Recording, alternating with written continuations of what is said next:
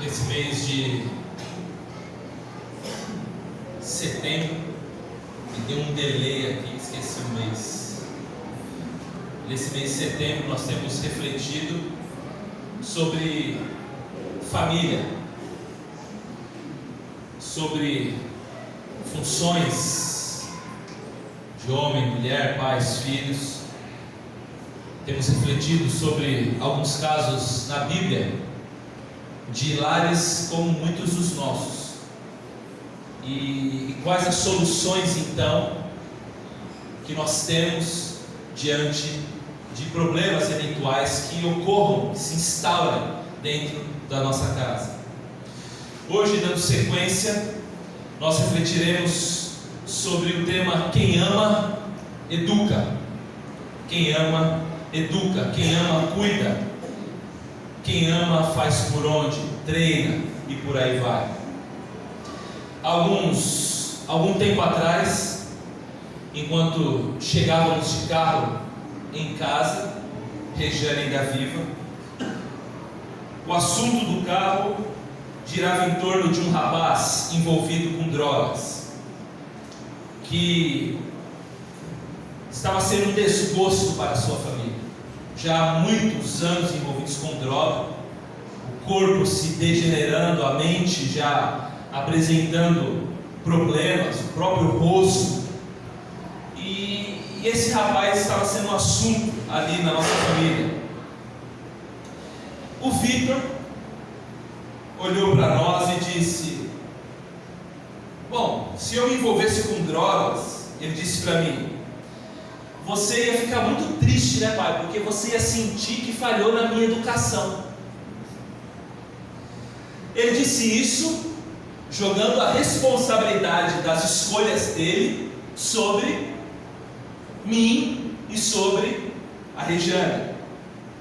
Imediatamente, Regiane entrou na história, interferiu na conversa e disse que o que ele estava dizendo não era verdade, porque embora os pais, ou nós como pais, tivéssemos uma certa influência, a responsabilidade de um filho, quando ele cresce, pelas suas escolhas, seus erros e seus acertos, recai primeiramente sobre ele. E ela disse que até aquele momento nós estávamos muito tranquilos, sabendo que nós estávamos criando tanto Raquel quanto ele nos caminhos do nosso Deus. Embora nossos filhos, à medida que vão crescendo, eles fiquem responsáveis cada vez mais por suas escolhas, e eles sim se tornarão os responsáveis diretos pelas suas escolhas, é fato que os pais, eles influenciam seus filhos, eles influenciam, eles dão bases sociais, psíquicas, religiosas, morais para os filhos, e de certa forma os pais são aquelas primeiras influências na vida dos seus pequenos, na vida dos seus filhos. E nós não temos como negar a influência dos pais na configuração de um filho, que amanhã, se Deus permitir, tornar-se-á adulto. Nós não temos como negar a influência. Não temos como negar a importância dos pais nesse conjunto de formação de vários valores que são colocados numa criança desde o seu nascimento. Nós não temos. E a Bíblia fala sobre isso. A Bíblia trouxe alguns exemplos de pais ou mães que influenciaram tanto positivamente quanto negativamente os seus filhos. Nós temos o exemplo de Timóteo. Paulo reconhece que muito do que Timóteo havia se tornado como um homem de Deus era reflexo do que ele havia aprendido da sua mãe Eunice e da sua avó Lloyd, quando ele era um pequeno. E Paulo acredita nisso, essa vitória na formação de um homem, a mãe e a avó. Nós temos muitas avós aqui. muitas avós, que sem dúvida nenhuma pode tornar-se instrumentos poderosos, positivos na vida dos seus netos, como a avó Lloyd tornou-se na vida de Timóteo. Mas a Bíblia também traz alguns exemplos negativos de pessoas que influenciaram seus filhos ao erro. E o 2 Crônicas 22 traz um exemplo sobre Acasias. Acasias, ele recebia vários conselhos maus da sua mãe Atalia. E sem dúvida nenhuma que esses conselhos maus de sua mãe o influenciaram a fazer coisas que Deus reprovava quando ele cresceu. Nós temos esse exemplo. Não só Davi, considerado um homem segundo o coração de Deus, foi um péssimo pai. A Bíblia diz que Adonias, cuja mãe se chamava Agite, tomou a dianteira e disse: eu serei o rei. Davi ainda estava vivo e o trono estava meio no vácuo para quem sucederia o grande rei. E tudo indicava que Salomão seria o futuro rei. Mas Agite, Adonias, ele tomou a dianteira e disse: eu serei o rei. Providenciou uma carruagem e cavalos, além de 50 homens para correrem à sua frente. E aí, o versículo 6 faz um parênteses, dizendo que essa atitude precipitada de Adonias estava ligada ao fato do seu pai Davi nunca haver contrariado ele. Adonias era literalmente um reizinho em casa, um príncipezinho que ninguém contrariava, que ninguém dizia não para ele, que ele fazia o que ele queria desde pequenininho, e quando ele cresceu, ele pensou que poderia continuar fazendo. E se você ler depois o desenrolar dessa história, você vê como esse homem Adonias acabou mal. E isso sem dúvida nenhuma estava ligado ao fato do pai nunca ter contrariado o filho quando ele era pequeno. Talvez Davi tivesse medo de ficar mal junto aos filhos. É um mau exemplo. É um mau exemplo.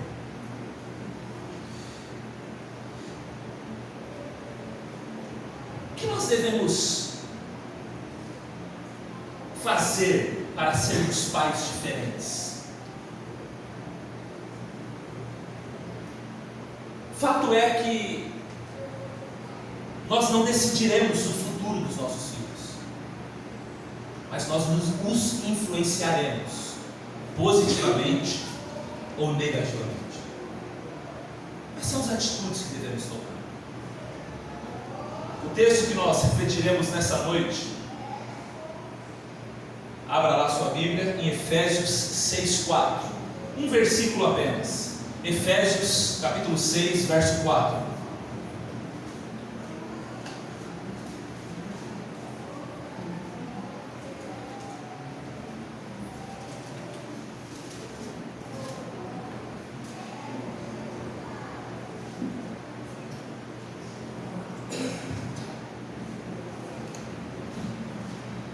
Diz assim a palavra do Senhor: pais, não irritem seus filhos, antes criem-nos segundo a instrução e o conselho do Senhor. Pais, não irritem seus filhos, antes criem-nos segundo a instrução e o conselho do Senhor. Primeiramente, o texto aqui de Efésios, ele nos ensina e nos encoraja a sermos autoridade e não autoritários com os nossos filhos. Todos os pais devem ser autoridade e não autoritários, não déspotas, não tiranos, não brutos com os seus filhos. Ser autoridade sem ser autoritário. O texto ele inicia dizendo para nós: não provoqueis vossos filhos a ira. Essa primeira parte do versículo 4, ela é negativa. Tem um não ali. Ela proíbe os pais no uso de uma autoridade abusiva e descontrolada. Não provoquei vossos filhos a ira. Na época em que Paulo escreveu este verso para a igreja de Éfeso, existia um costume, uma cultura que regiam as famílias, principalmente nos lugares influenciados pela cultura romana e também em muitas famílias cuja cultura era judaica. Por exemplo, na cultura romana existia o pater familias, ou seja, o chefe da família. Este pater familias dava ao pai total direito sobre a vida do filho. Era reconhecido pela lei romana isso. O pai podia fazer o que quisesse com o seu filho. Dava aos pais o direito de abusarem da sua autoridade, de serem de certa forma tiranos, absolutistas, mãos de ferro com seus filhos. Era um costume da época. Os pais podiam castigar os filhos como quisessem. Os pais podiam vender seus filhos como escravos, exigir dos seus filhos trabalhos forçados. Dizem que até podiam matar em certas circunstâncias, porque todo o poder lhe era dado em relação a como eles poderiam exercer a sua paternidade sobre o seu filho e sobre sua filha. E essa cultura de criação de filhos, embora não tão aguda, era também semelhante em algumas famílias judaicas, onde raramente o desejo e a vontade de um filho eram levados em consideração. Raramente um pai, ele dava atenção ao que o filho pensava, às necessidades do filho. Não era muito comum isso. Na mente romana e judia, os pais eram donos dos seus filhos, eram donos. Já na mente de Paulo, os pais são administradores dos filhos, até certo período. Por isso, Paulo escreve este versículo 4, incentivando os pais a criarem uma nova cultura na criação dos seus filhos, diferente da antiga cultura herdada por Roma ou pelos antigos judeus. Paulo diz para os pais da igreja de Éfeso andarem na contramão desse costume de ser absolutista e mão de ferro sobre os filhos. Paulo está dizendo: seja autoridade sobre o seu filho, sem ser autoritário. Não provoqueis a ira dos vossos filhos. Sejam autoridades sem serem despóticos. Sejam equilibrados no uso da autoridade que Deus deu aos pais. Tem que ter equilíbrio. Essa expressão, não provoquei os vossos filhos a ira, significa que no uso da autoridade que Deus deu aos pais, os pais não deveriam levar seus filhos a se zangarem. Essa é a ideia. Tem filho que desanima a estar perto do pai. Ele se sente desencorajado, mesmo criancinha. Perceba filhos que, perto dos pais, desobedecem muito mais do que longe dos pais.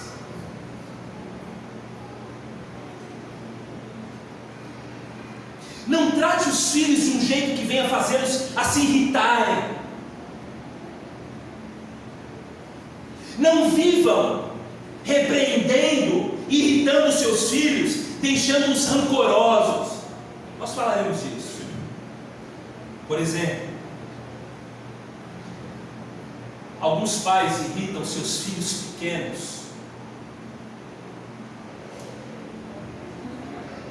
dando uma proporção de disciplina diferente do pecado cometido pelo filho.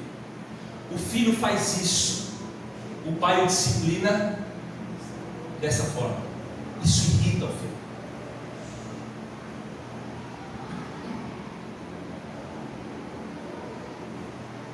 Isso desanima. E quando o filho começa a crescer, ele começa a entender um pouco melhor isso, ele vai ficando mais frustrado, porque o pai não é justo em dar uma disciplina proporcional ao pecado. Não só oscilação nas maneiras de disciplinar um filho. Por exemplo, um dia o pai é super rígido, não pode. No outro ele é absolutamente liberal. O filho fica perdido, ele não sabe quem é o pai. Ou o pai é super rígido e a mãe é liberal.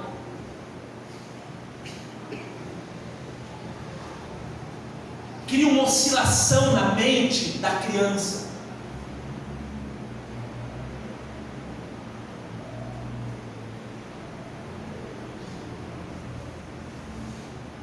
Que desanima o filho.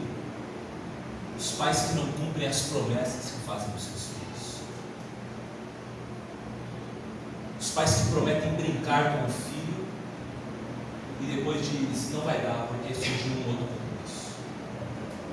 O que promete a um adolescente fazer algo com ele ou para ele e depois descumpre. Isso irrita o filho.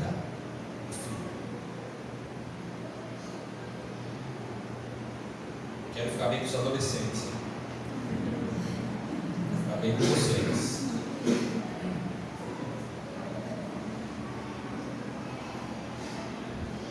Não deixar o filho brincar e se divertir. As outras crianças todas brincando, pulando. E uma criança, a mãe atrás, filho, faz isso, filho, põe a roupinha, filho, põe. A criança não brinca, porque a mãe está, o pai está todo assim o tempo inteiro.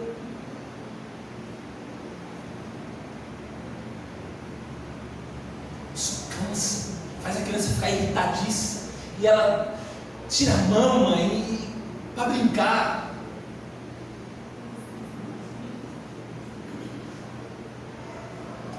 Pega um adolescente e ridiculariza ele perto dos amigos para ver o que acontece. Faça isso.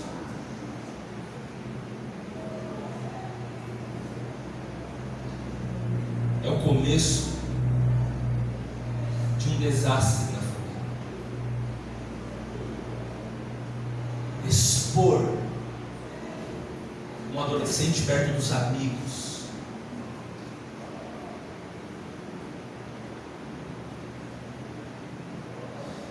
Tratar um adolescente como criança na frente dos amigos.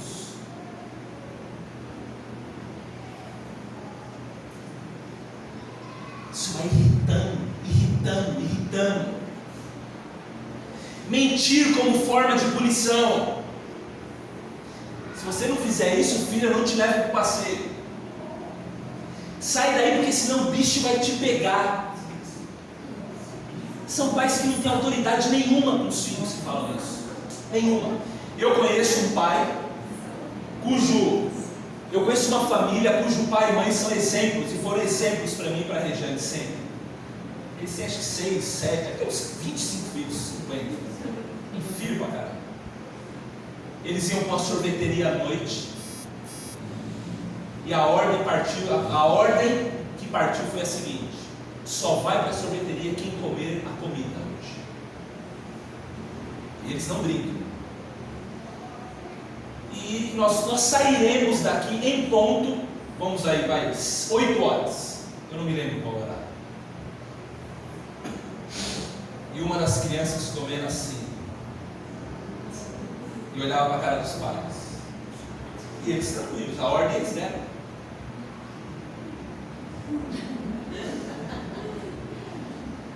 Quando deu 8 horas, a comida não tinha sido comida daqueles.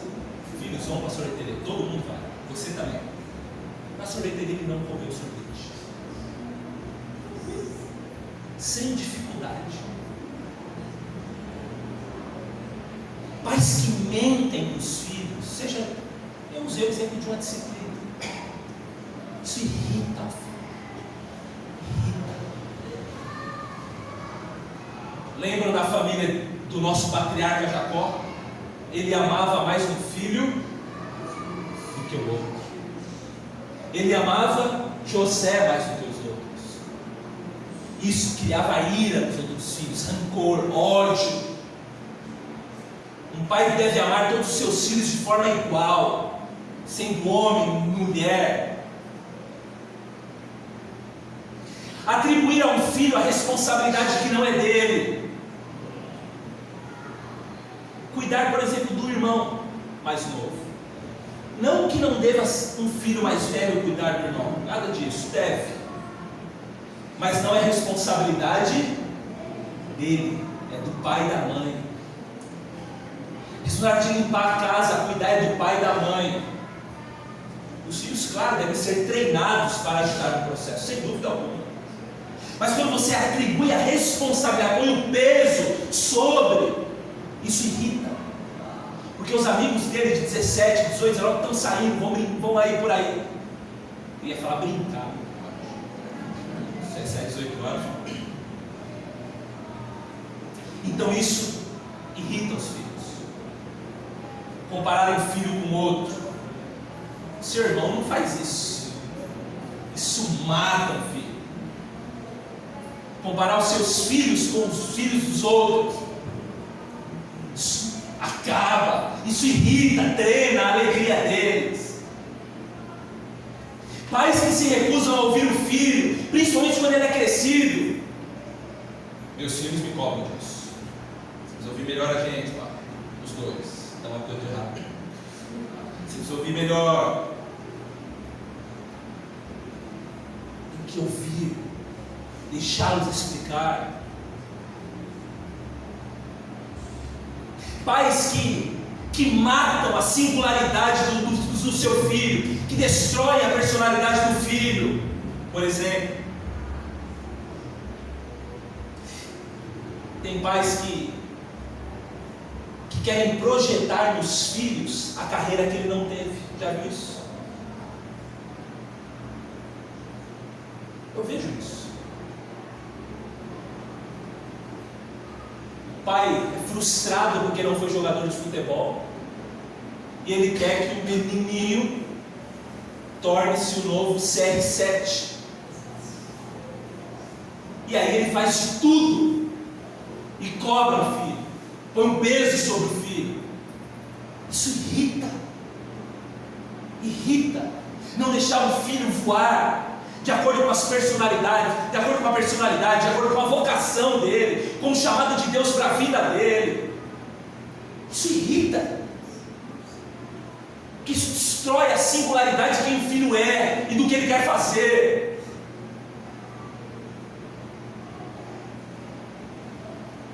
Pais egoístas que não querem, por exemplo, que o seu filho se case. Aquelas mães super protetoras. Meu filho não pode casar agora. Isso irrita um filho, um homem, uma moça, uma mulher.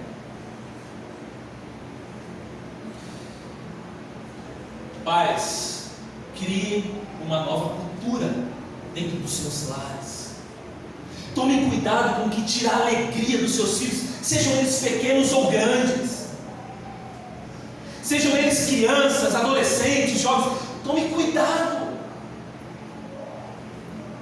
Eu aconselhei um jovem frustrado, ele já era homem, porque quando ele ia sair, a mãe queria pôr casaquinho nele. Filho, você vai ficar doente, meu filho. Um homão barbado, maior que eu. Isso frustra. Crie uma nova cultura. Sejam autoridade sem serem autoritários. Filhos não são propriedades dos pais, filhos são propriedades do Senhor. Pais são meramente administradores. Deus deu aos pais o privilégio e a autoridade de serem administradores daquele que é o dono de todos. Mas não só. O texto nos diz para nós sermos participativos sem sermos decorativos. Olha o que o texto diz: e vós, pais, não provoquei vossos filhos a ira, mas criai-os. Um pai e uma mãe tem que criar o filho, tem que participar da criação, tem que pôr a mão na massa, não pode ser objeto apenas de enfeite. Tem pais que são enfeites, eles são meramente ilustrativos, eles estão lá sem estarem. Conhecem pais assim ou não? Não participam. Aí é muito tranquilo ser pai, é muito fácil.